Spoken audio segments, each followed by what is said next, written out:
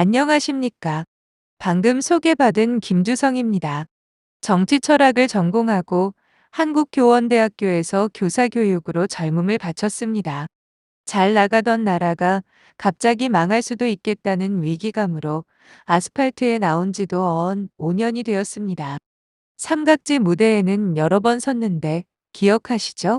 오늘은 10월 11일에 치러진 강서구청장 선거에 대한 사후 여론조사 결과를 말씀드리려고 합니다. 사후 여론조사는 10월 19일부터 22일까지 사흘에 걸쳐서 진행되었습니다. 온라인 조사와 통화 면접 조사를 병행했습니다.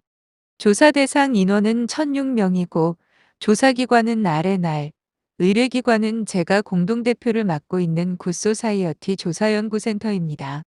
강서구청장 선거는 참패였습니다. 아시죠? 우리의 호프였던 국민의힘 김태우 후보는 39%를 얻고 더불당의 진교훈 후보는 56%를 얻었습니다. 무려 17% 차이로 대패했습니다. 강서구청장 선거는 내년 총선의 향방을 가늠할 수 있어서 양당 모두 올인했습니다. 진교훈 후보가 크게 이기자 더불당은 환호하고 있습니다. 더구나 더불당의 지지율과 이재명 대표의 지지율이 급상승하고 있습니다. 우리는 모두 큰 위기감을 느끼고 있습니다. 그렇죠? 강서구청장 선거의 패인은 크게 3가지입니다. 첫째가 공천 잘못이고, 둘째가 국힘당의 선거 전략 실패이고, 셋째가 부정선거의 의혹 관련입니다. 사후 여론조사 결과를 토대로 차례차례 살피겠습니다. 공천 잘못의 이유로 거론된 것은 크게 2가지입니다. 우선 김태우가 사법부에서 실형을 받은 지가 얼마 되지도 않았는데 금방 사면하고 공천한 것은 강서구민을 무시하는 처사라는 겁니다.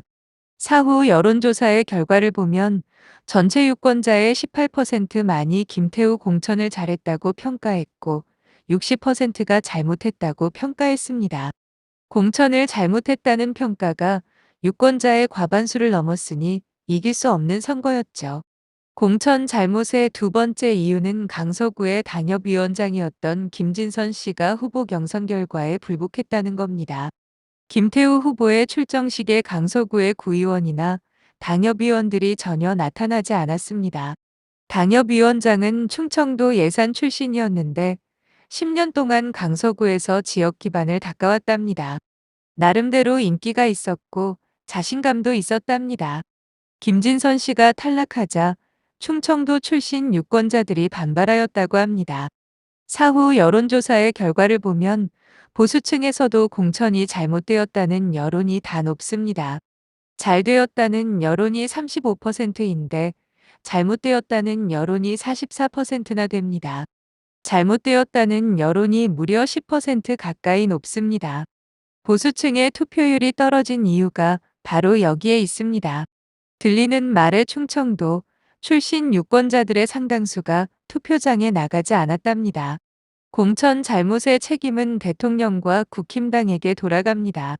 대통령은 독단적으로 공천을 강권했다고 비난받고 있습니다. 국힘당은 질 줄 뻔히 알면서도 대통령에게 직언을 하지도 않았고 대통령의 의중을 선거 전략에 반영하지도 않았습니다. 사후 여론조사의 결과를 보면 대통령의 국정에 대한 강서구민의 긍정평가는 28%에 불과합니다. 대통령에 대한 부정적인 평가는 61%나 됩니다. 긍정평가의 2배가 넘습니다. 35% 선에 머물러 있던 대통령 지지도가 강서구에서 무척 낮아졌습니다. 동시에 전국적으로도 낮아지고 있습니다. 강서구청장의 공천 잘못이 대통령의 이미지를 더욱 실추시켰습니다. 국힘당의 잘못도 큽니다. 김태우가 공익제보자인데도 불구하고 기밀 누설죄로 다스린 사법부에 문제가 있습니다. 우리법연구회 소속의 판사들이 공익제보자를 범죄시한 것은 명백한 사법농단이며 사법정의를 파괴한 것입니다. 그러기에 김태우를 앞세워 사법부를 고발하려는 것이 대통령의 의중이었습니다. 그렇다면 국힘당은 공익제보자에 대한 사법농단을 전면에 내걸고 선거를 치러야 했습니다.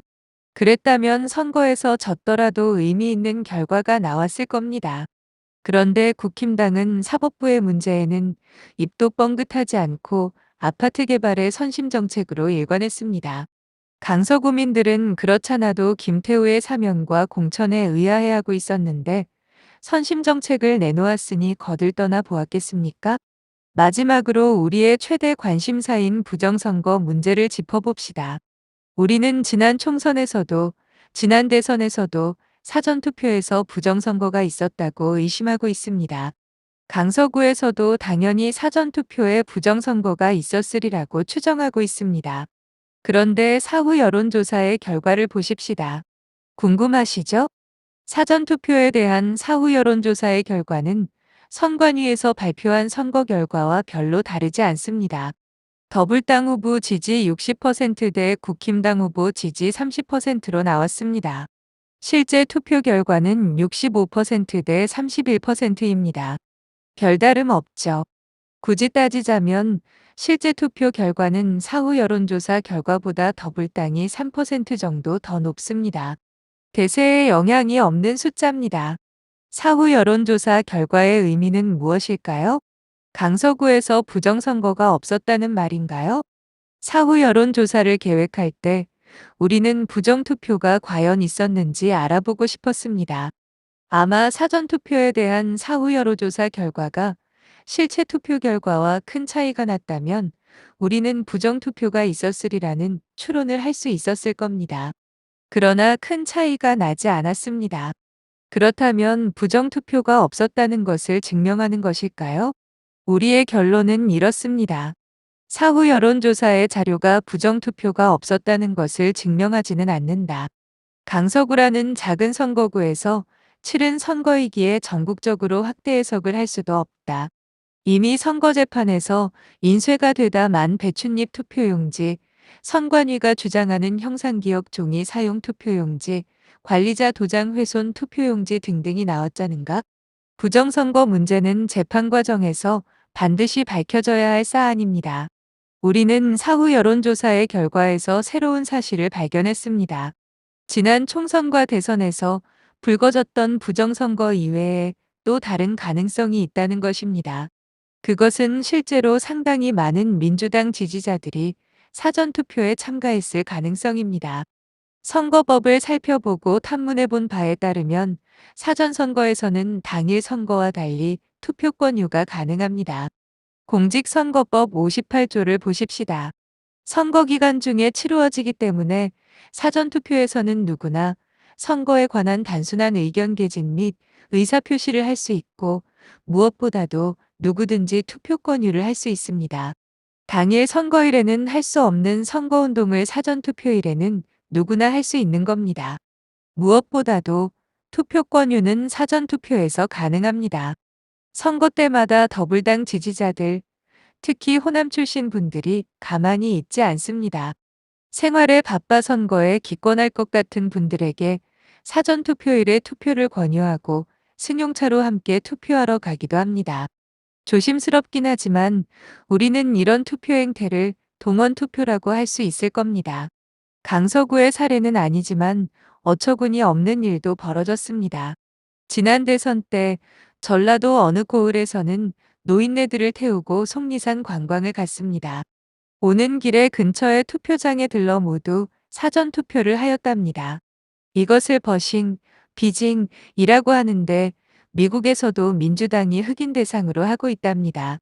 만일 동원투표가 사전투표의 결과를 좌우했다면 우리는 반드시 다음과 같이 해야 합니다. 우리도 동원투표를 하던지 더불당 지지자들이 동원투표를 못하게 해야 합니다.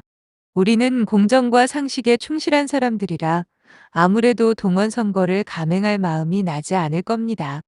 그렇다면 더불당 지지자들이 동원선거를 못하게 해야 합니다. 동원선거를 못하게 최선의 방법은 사전투표를 폐지하는 겁니다. 그러려면 국회에서 공직선거법을 개정해야 합니다. 국힘당이 더불당을 설득하여 사전투표 폐지 법안을 낼 수 있겠습니까? 없을 겁니다. 그렇다면 유일한 길은 헌법재판소에서 사전투표의 위헌 판결을 받아내는 겁니다. 우리는 정교모를 중심으로 곧바로 사전투표 폐지 헌법 소원 심판 청구를 하려고 합니다. 사전투표는 당일 투표와 등가성이 없습니다. 사전투표와 당일 투표 사이에 어떤 중대한 사건이 터지거나 후보자에 대한 새로운 정보가 밝혀졌다면 사전투표자는 당일 투표자보다 정보 부족으로 오판할 가능성이 큽니다. 더구나 그 사이에 후보가 사퇴하거나 사망한다면 그 후보를 찍었던 사전투표는 무효 처리돼 고 맙니다. 평등투표의 헌법 원칙에 어긋납니다. 사전투표는 위헌성이 높습니다. 반드시 위헌 판결을 받아내야 합니다. 문제는 내년 총선 전에 위헌 판결이 나올 것을 기대할 수 없다는 겁니다. 그래서 우리는 헌법 소원 심판 청구를 하자마자 사전투표 가처분 청구를 하려고 합니다. 가처분 청구를 하면 2에서 3주 안에 효력 정지 결정이 나오는 것이 관례입니다. 그런데도 헌법재판소에서 질질 끌 가능성이 짙습니다. 그러니 시민단체가 나서야 합니다. 12월 중에 가처분 신문기일을 잡도록 헌재를 압박해야 합니다. 헌재가 효력 정지 가처분 기일을 빨리 잡아서 선관위가 사전선거 준비에 들어가기 전에 가처분 효력 정지 결정을 내리도록 해야 합니다. 만일 헌재가 가처분 신문기일을 12월 중에 잡으면 가처분 효력 정지 결정이 제때에 나올 것입니다. 그러면 우리는 내년 총선을 사전투표 없이 치를 수 있습니다. 이제 헌재 앞에 몰려가 12월 중에 가처분 신문기일을 잡도록 압박합시다. 내년 4월 총선에 이기려면 반드시 사전투표를 폐지해야 합니다. 국민의힘이 할 수 없다면 우리가 헌재를 압박해서 해결합니다. 사전투표가 폐지되면 부정선거도 할 수 없습니다.